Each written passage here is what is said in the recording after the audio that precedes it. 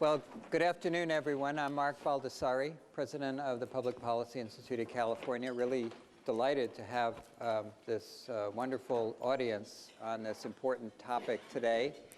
And it's just a great pleasure to be up here with Connie and Darrell.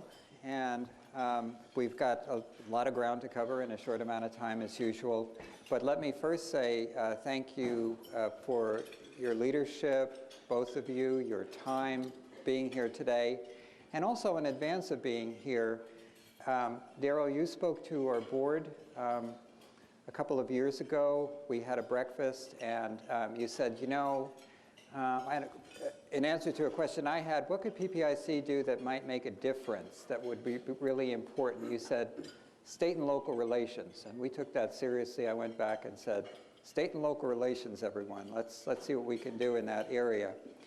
And Connie, you met with us for lunch shortly after you became the leader, and we had, I thought, a wonderful conversation here with our staff, our senior staff, around what areas we could work in that would be most meaningful to you and your work in the Assembly. Both of you, as Gary mentioned, have had valuable experience in local government, city and county, before you've now had this important leadership at this critical moment in California in the legislature.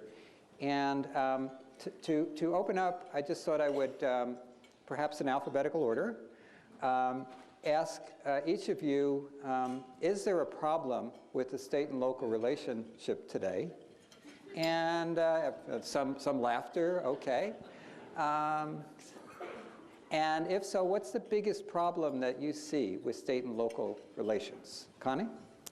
Oh my goodness, should I say no problem at all? It's like saying, what, me worry? You know, for me, the perspective of having served as a county supervisor and then being here, and it's actually one of the reasons why I sought state election, is the year I served as president of the California State Association of Counties. I kept telling everybody, all we do is whine about what the state does to us. So no more whining.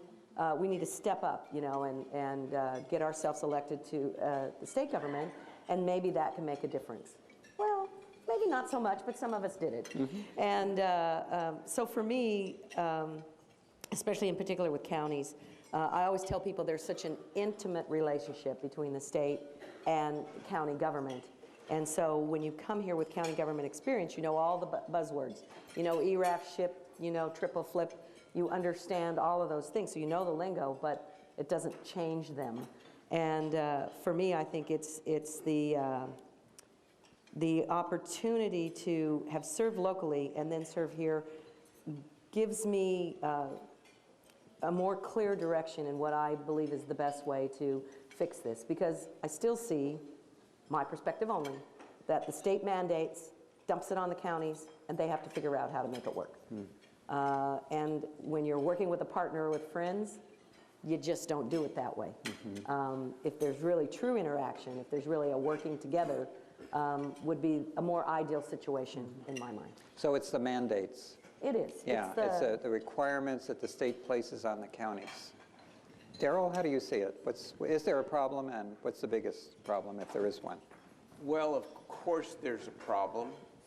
I would say as 2012 proceeds, less so with the counties and more so with the cities, honestly. I put it this way, to sort of state something that is obvious to everyone, but when it comes to thinking about these relationships, we often forget. I represent Greater Sacramento. Kevin Johnson is the mayor of the city of Sacramento. Our jurisdictions largely overlap. I have a broader district because I have some of the county, but for the sake of the discussion. We represent the same constituents. Those constituents care about police and fire service. They care about redevelopment and a vibrant downtown. Those same people, the exact same people, are sending their kids to the public schools, are attending the community colleges, and drive the state highways. And so because this is political, we live in a political world, and when you have so many separate jurisdictions, conflicts arise, we often forget that we are not talking about the state's money, we're not talking about the city or county's money, we're talking about the taxpayers' money.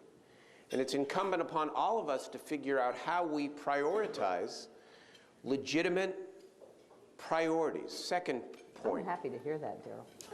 Well, I believe it, but I think I probably, my friend Connie Conway, draw some different conclusions than you do about, one, what those priorities ought to be, but two, why we have such tension. But I'd like to make a second point, if I might. It is true, beauty's in the eye of the beholder. Beauty is in the eye of the beholder, absolutely.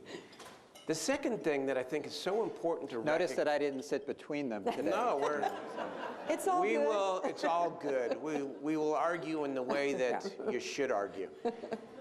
The second point that I think is really important is that we are all part of a system in need of dramatic improvement. Proposition 13, whether you're for it or against it, the facts are these.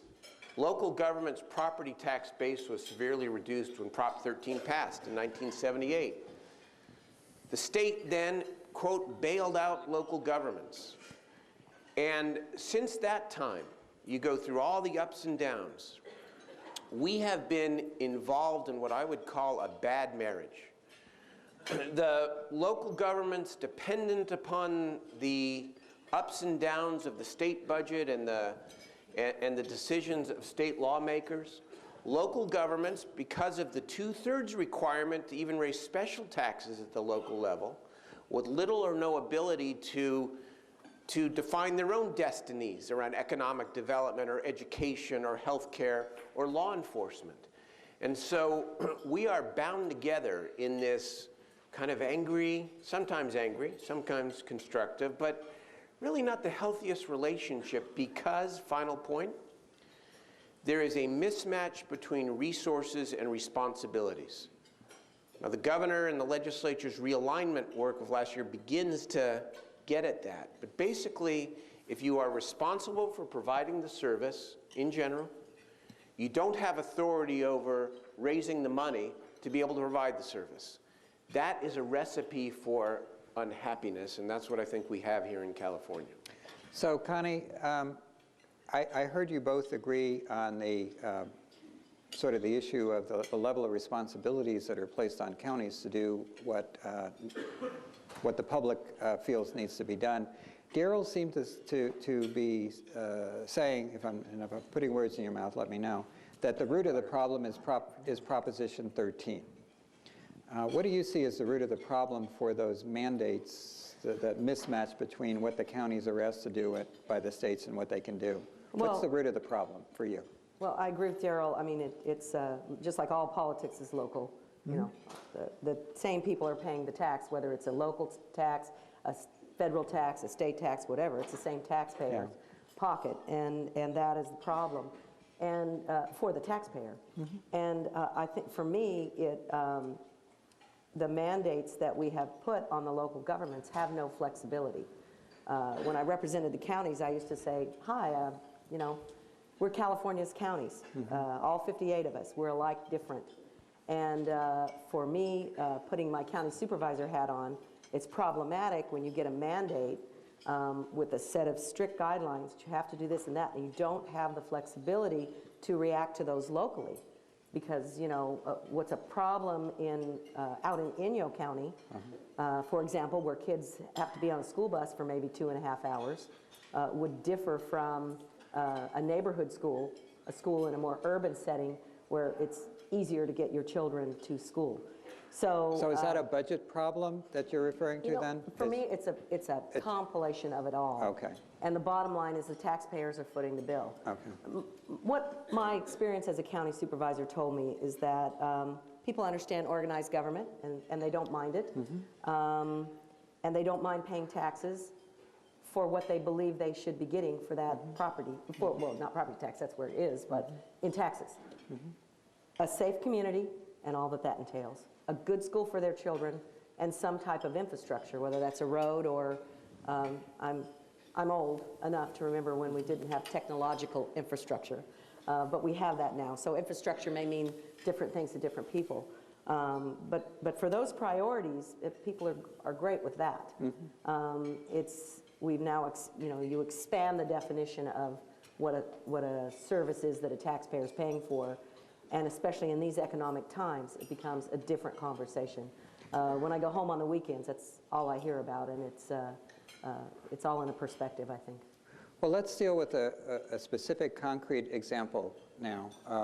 We'll be hearing more from our next panel, and last year, the governor proposed, the legislature passed a realignment of, a significant realignment of corrections, placing more responsibilities on the county for certain categories of felons would be now handled by counties. I'd like to hear from both of you your sense about whether that was moving state and local relations in the right direction, that realignment, and from your perspective, how's it going so far, recognizing that it's early in the process? It only took place October 1st, but how's it going? Should I go first? Good idea, and how's it going? I think it is a great idea and a necessary idea, and that given the complications and given how difficult it is to transfer these kinds of functions, at this point, I think it is going very well. Well, let's look at the big picture. The United States Supreme Court said our prisons are overcrowded. You have to reduce the prison population significantly, not by 5,000 or 10,000. I believe the number was over 40,000 prisoners.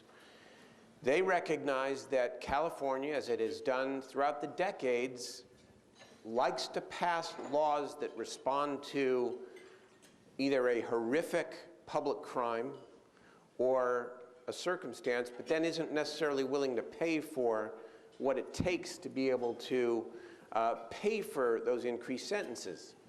And that we've done a poor job in California distinguishing between the violent criminal who belongs in prison, often for the rest of their lives if it's been a truly heinous crime, and someone who could reasonably safely enter society and become a productive part of society again, paying the price, but with some rehabilitation.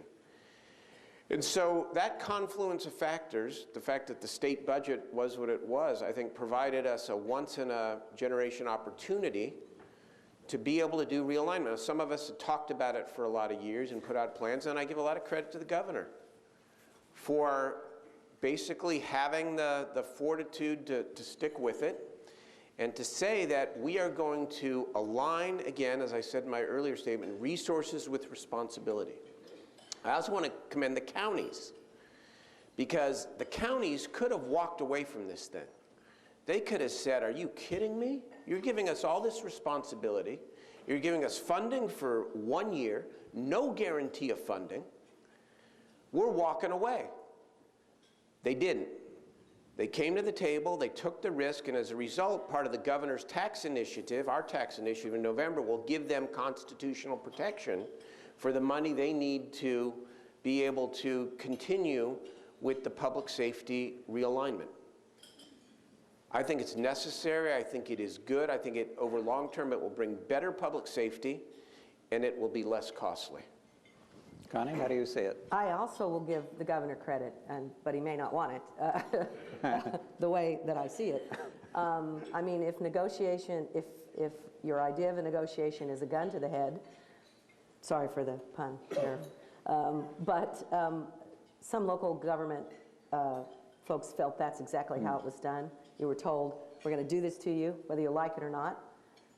So, you know, the attitude was, well, maybe it's the best way to get a deal because we got to try. I don't know if that's the best give and take for negotiations with the legislature. I spoke earlier about the flexibility, and I think we have just now begun to see the effects that will have. Early release, violent or nonviolent. I mean, you say it nonviolent, but every community will have the statistics of what that means. And it really hit home to me this weekend when I went to visit with some folks about an after-school program. They wanted to see me about some grant thing they were doing, and the chairman of their board just happens to be a local judge, Judge Salceda. And as a sidebar, he just said, you know, we had an empty place for these prisoners, but Connie, a county jail is not a prison. And now we've got double the people that they said they were going to send, and these impacts are just now going to be felt sooner than we know. So whether the locals were really in agreement with the negotiation remains to be seen. Half of the Board of Supervisors, my board told me no. My sheriff says, well, I got to do something. You know, it was all over the place. Not everyone in the legislature participated in the vote, and I don't know how much, you know, real conversation there was. I was particularly bothered by the part where you take a block grant and you put law enforcement in the same block grant with mental health and welfare, for lack of a better word. I certainly understand the nexus of those things, and it does all go together. But when you put it in a block grant and prioritize those that get federal funds first, then you're prioritizing the mental health, the welfare over the public safety piece.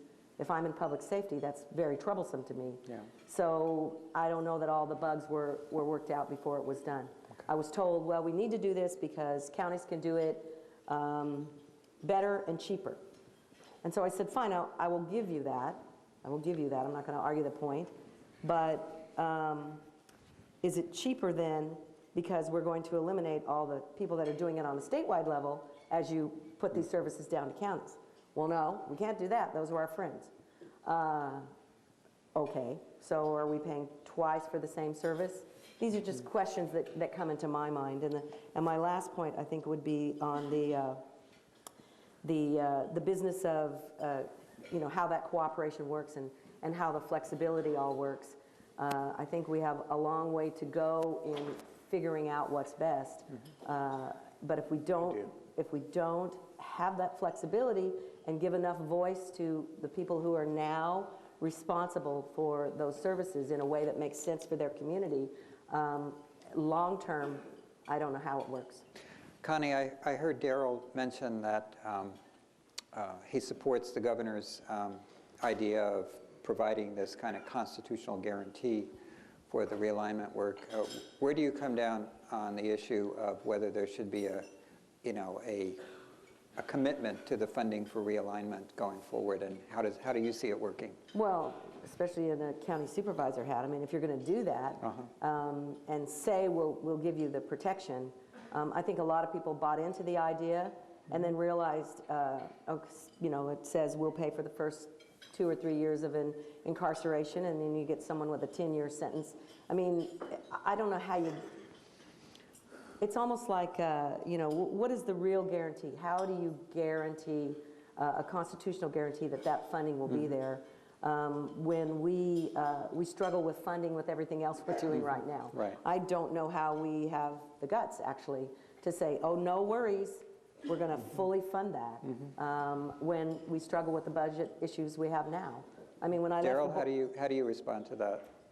Well, we, first of all, have an obligation to the counties and the sheriffs, those who took the risk and who stepped out, to guarantee in the Constitution that they will get the resources necessary. And there is some risk, because in a down budget cycle, that will mean that the other parts of the budget will have to sacrifice. But it's the only way to work. You talked earlier, we both talked about partnership. If we're going to make good on our half of the partnership, we can't say, here, you take all these responsibilities and not guarantee the funding. There is a way around it, but in this day and age, I don't think it's all that saleable. And it touches on Prop 13, the verboten topic here. But no. You can talk about it. I can talk about it. Here we go. Go. Okay. Go. Okay, off the record, everybody. Oh, yeah, right. I don't know about that. Never off the record. I'm teasing. I'm teasing. No one's talking about it, and I certainly, when talking, I would not support changing the residential property tax rates under Prop 13. That happened for a good reason, and we all get that. Even though there are some huge discrepancies in the way we finance housing developments now, and went out there, everybody knows that. But here's what's odd about our system, and few people realize this. At the local level, if you want to go out, if you're a county supervisor and you want to go out to your voters and tell them you want to raise the sales tax, for an example, and you say, I'm not going to tell you where and how we're going to spend the money, it's a majority vote. If you are specific and detailed and say, we're going to spend the money on transportation or on public safety, and we're going to fund X number of deputy sheriffs or police officers if it's a city, it's a 2/3 vote. The more specific you are, the more certainty you give the voters, the harder it is to pass a measure. You really want to cure this stuff, we wouldn't be talking about the state having to constitutionally guarantee realignment, even though we need to do that. We would be having a happy, healthy divorce. And we would be saying, counties, cities, here are the means to dictate, to define your priorities yourselves. Go to your voters with a 50% plus one or 55% vote on what you think the priorities are. How about economic development? We'll talk as a substitute for redevelopment. How about economic development? But that doesn't exist. So naturally, we're in this intertangled thing where the state's got to do a constitutional guarantee when we may or may not have the money over the course of many years, depending on the budget. We can do better in this state if we deal with the underlying issues. And I think the taxpayers distrust us so because we never tell them the truth. What they think they're paying taxes for is not what they get for their tax dollar. So we can argue about whether we need more revenue, taxes, fees, whatever that is, but an honest discussion with the taxpayers as to where that money goes, I think we do the taxpayers a disservice when we assume that they can't figure that out. Can I respond to that one? Yes. When you're done. Sorry. I'm sorry. Sorry. You know, when I look at it as a perspective as a taxpayer, and I'm going to admit to you guys that when I first came to the Board of Supervisors, it's so intricate and it's the way it's done. I'm not saying it's misinformation, but it's very difficult to drill down and figure it out and see how it all works. So as a reasonable, sensible adult, I sat about, you know, what are we actually paying for and what do we really get for it? So people believe that their priorities are being funded, and they don't understand why we don't have money at the end of the day. When you put a temporary tax to fund a permanent program, I don't know how that nexus gets met. And telling people that, okay, it's a temporary tax, and it's going to fund schools and law enforcement, and it's going to raise about project to raise $35 billion over a 5-year period, but only 2 of that is going to schools. I think that's a disingenuous conversation. I just would prefer to have a more honest discussion, and then we can still agree to disagree on what revenue means, what taxes mean, but tell the people the truth. They're adults and they get it. People are struggling. You know, I think that in my heart, I believe that people get up every day and they go to work, they pay their taxes, take care of their own family, worship at their place of choice, volunteer, give to charity, maybe not as much as they used to because they have to choose, because with this economy, do I feed my children or do I give to my favorite charity? So maybe some of that is down, but I think people are basically good people and they want, you know, they're good. They want to do the right thing. Of course. We need to be extremely honest with them about this is exactly what your tax dollar is funding, and maybe your constituents, you know, agree totally with that, Darrell. My constituents see a big, big gap in what is promised and what is delivered for their tax dollar. Well, I'll move forward, but go ahead. It's all right. I want to pick up on a comment that you made.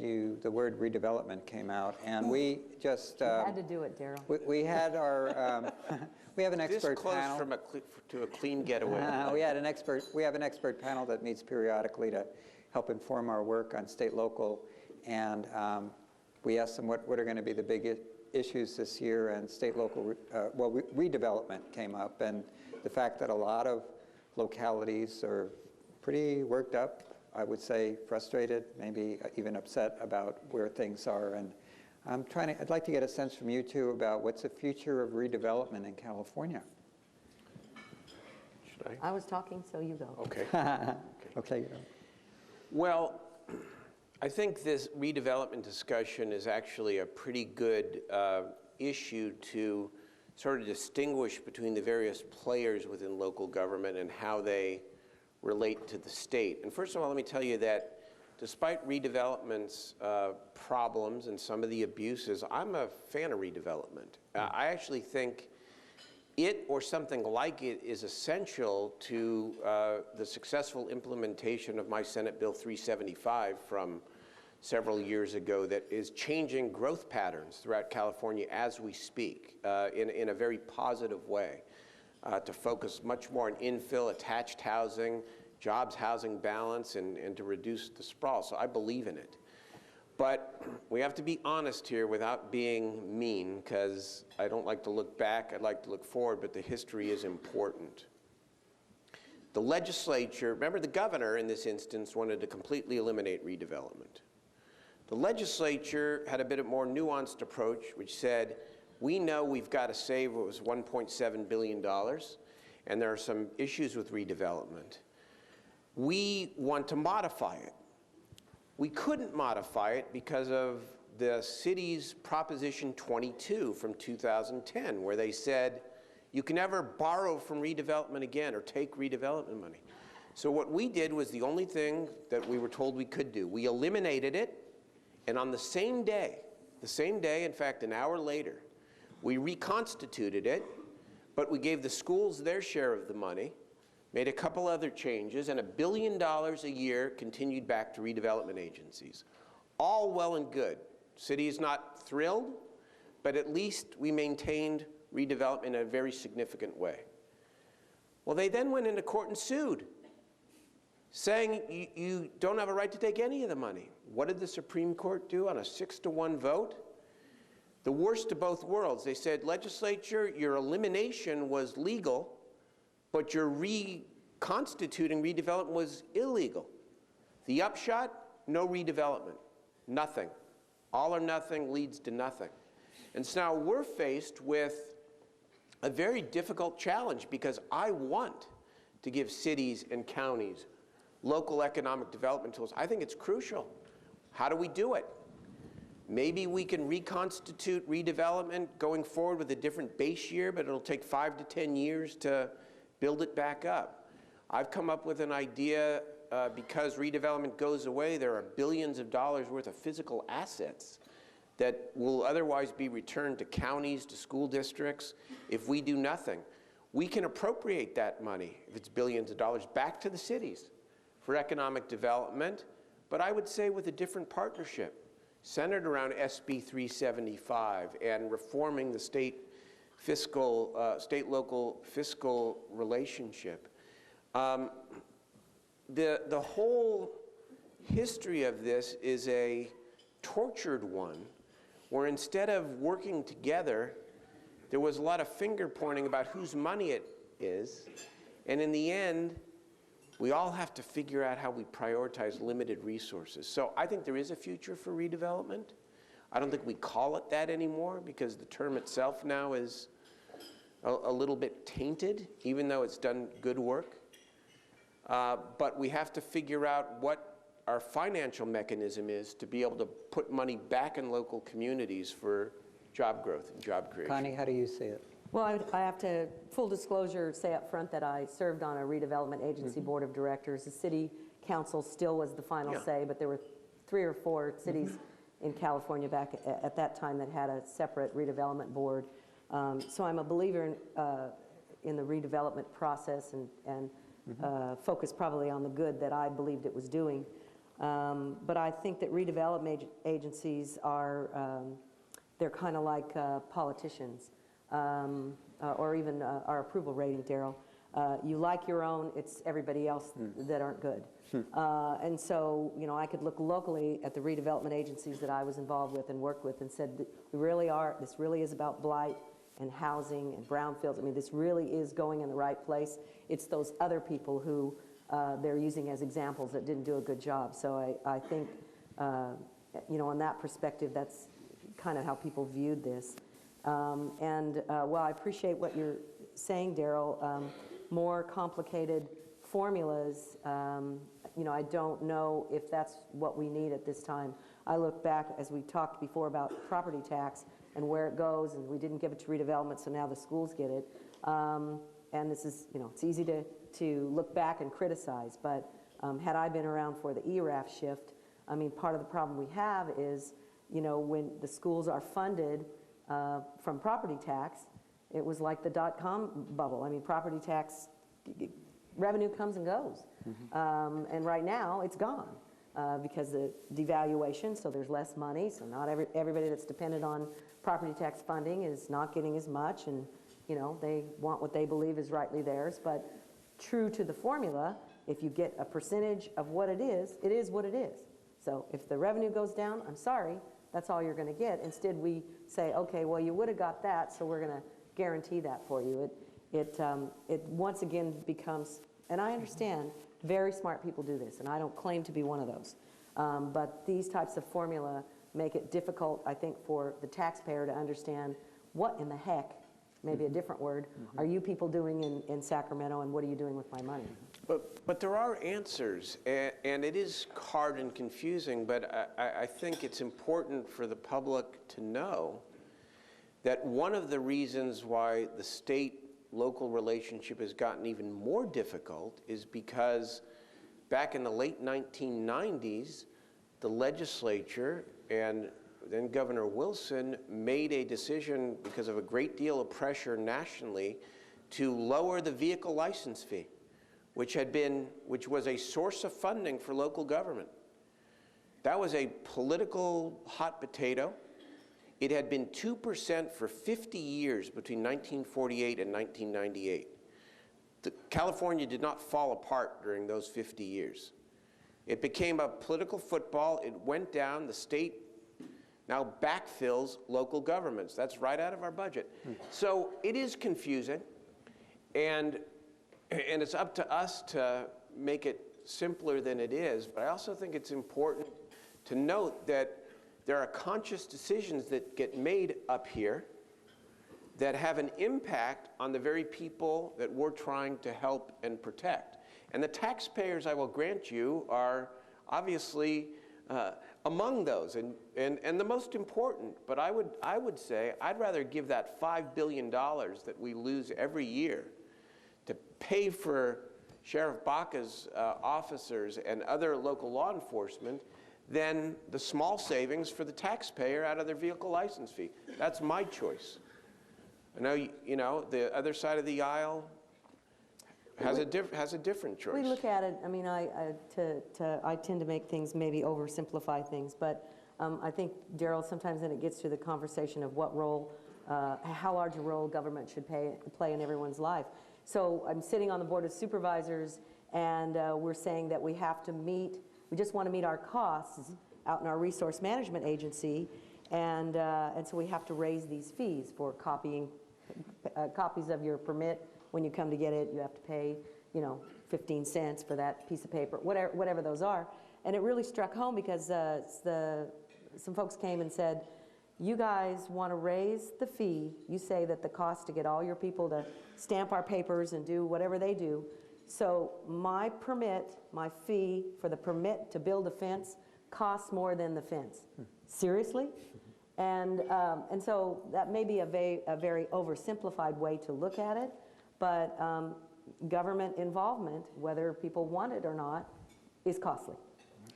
Let me ask you one question, and then I want to save some time for the audience before we get to the next panel. Something that really struck me from the poll that we released yesterday was that people don't feel that President and Congress are going to get much done this year. They have a little bit more hope that the governor, the legislature, those who represent them in our state will get something done. From what we've talked about today, I get the sense that Darrell points to more taxing authority. You talked about greater flexibility as some of the key solutions going forward to the problems that we have. I'd like to know, and I'm sure the people of California would really like to know, is there common ground here? Is there some place where we can make some progress this year on the state-local relationship? I want to first of all acknowledge Assemblymember Conway's point about mandate relief. I think you make a great point. And I think that there are far too many state mandates, with one caveat. And is this the zinger part, Darrell? There's no, it's not a zinger, it's just a point. Okay. That, one person's mandate is another person's lifesaver. I mean, we mandate certain amount of visits, for example, from social workers visiting at-risk children who are, living in potentially abusive relationships. I mean, that's a mandate too. And so I think we have to do a better job together of distinguishing between that, which really isn't necessary and is a lot of paper pushing, and that which is a genuine health and safety concern. But I don't disagree with that. But I acknowledge the flexibility needs to be a big piece of that. We give this job of realignment to the counties, then we got to largely get out of the way and let them do their job. Sheriffs are duly elected in this state as well. So I just want to acknowledge that. So I have hope. We're not going to agree on taxes, but that's going to go to the ballot. Your poll yesterday said 72% of the voters. I think that's a signal that the pendulum has swung far, and the people want it to swing back a little bit because they're tired of all the cuts we have made. Here's a statistic for you. The LAO said 5 years ago in their 5-year projection, that our revenue would be about $135 billion. And you know what the projected revenue is this year? What is it, Craig? 80? About $85 billion. So that's what's happened here. And a lot of that attributable to deep cuts across the board, to the safety net, to law enforcement, to education, to higher education. And I think that people are saying, if I read your poll correctly, we need some relief here from what we're doing on the public investment side. Not too much, but enough to swing it a little bit. But this is also a year we've got to tackle pensions. We've got to continue to focus on regulatory reform. Oh, please. Absolutely, and not allowing this false choice between a healthy public sector and a healthy private sector. We need both. We need both. Connie, is there common ground this year where we, and state and local? I wish, actually, honestly, our jobs keep us very busy across the street. We have committee hearings, we do those things. I wish we had more time to actually sit down and have conversation with each other to solve these problems, because I think there might be more common ground. The example you gave, I certainly agree with you. Should we stay up here longer? Yes. Yeah. Stay all day. How many of you can stay longer? I'm good till about 3. Okay, till 3. What's for dinner? Your point about the social workers, and I certainly agree with that. I mean, if you have a caseload that you're checking up on 350 children, how do you even make one visit in a 3-month period? It's very difficult. But then I would add to that where the flexibility would come in is that in an urban setting, you may get to them closer. Out where I'm at, I mean, 2 visits can consume a week's worth of time. Mm-hmm. So the flexibility is key. I want to be optimistic, Darrell. I really do. I am by nature. I tell everybody that, thank God I have a short-term memory, because that way I wake up relatively optimistic every morning and forget all whatever happened the day before. That's important, yeah. And we move forward and we work together.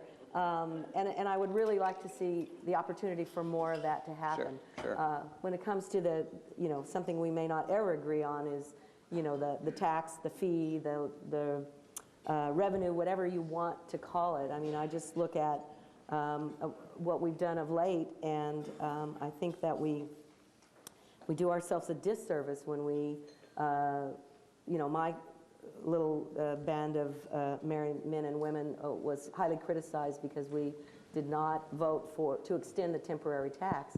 But what happened? Capital gains revenue went up, sales tax revenue went up, but our spending went up more than the revenue increased. And so there's got to be a way to figure that out. I mean, if the revenue is increasing, could we just hold on for a while, go with that, and let things settle down? I don't want to give up on California. I wouldn't be here. We could all be somewhere else doing something else. I believe we all care about it, and we want to be here, and we want to find a solution. And maybe if you and I just run for King and Queen of California, we do it. We'll just take care of it all, Darrell. Or at least let's have breakfast. Okay, good. I like that. I know we're running over for this session, but I'd like to take one or two questions. And they really need to be questions, not comments. Yes. Or not speeches, by any means. So, and they could be directed at either of our panelists, not at me. Thank you. Al Hernandez Santana with the State Association of Rural Health. My question is for Senator Steinberg. I'm going to key on a phrase that you use. You said recipe for unhappiness, referring to the mismatch between resources and responsibilities.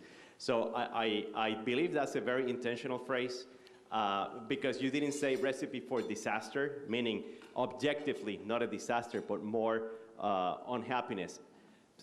So I wonder if, given your political mind and your policy perspective, do you believe that objectively there will be some level of mismatch no matter what you do in government, and that even though locals may end up with some of the responsibility and not all the authority, that it would be enough to be tolerated, that we have a more functional system even though not everybody will be happy? Yes, and realignment's the perfect example of that. That is probably because it's so complicated and the term itself is, doesn't exactly capture the public's attention.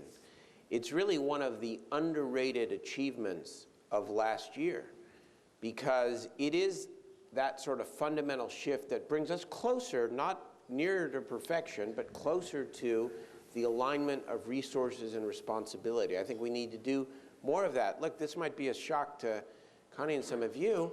I have no problem with shrinking the size of state government. I really don't. I have a debate, we have a debate about the level of government services that should be provided to people. I'd like to shrink the size of state government and provide more of the responsibility, but the resources and the ability to raise the resources to the local level. So I think that there's a lot of positive out there. Okay. How about a question from this side? And before we, could anybody else have a question? Raise your hand. No? Okay. And could this question possibly go to Connie, since the last question went to Darrell? Should corporations pay more tax? Okay. Connie?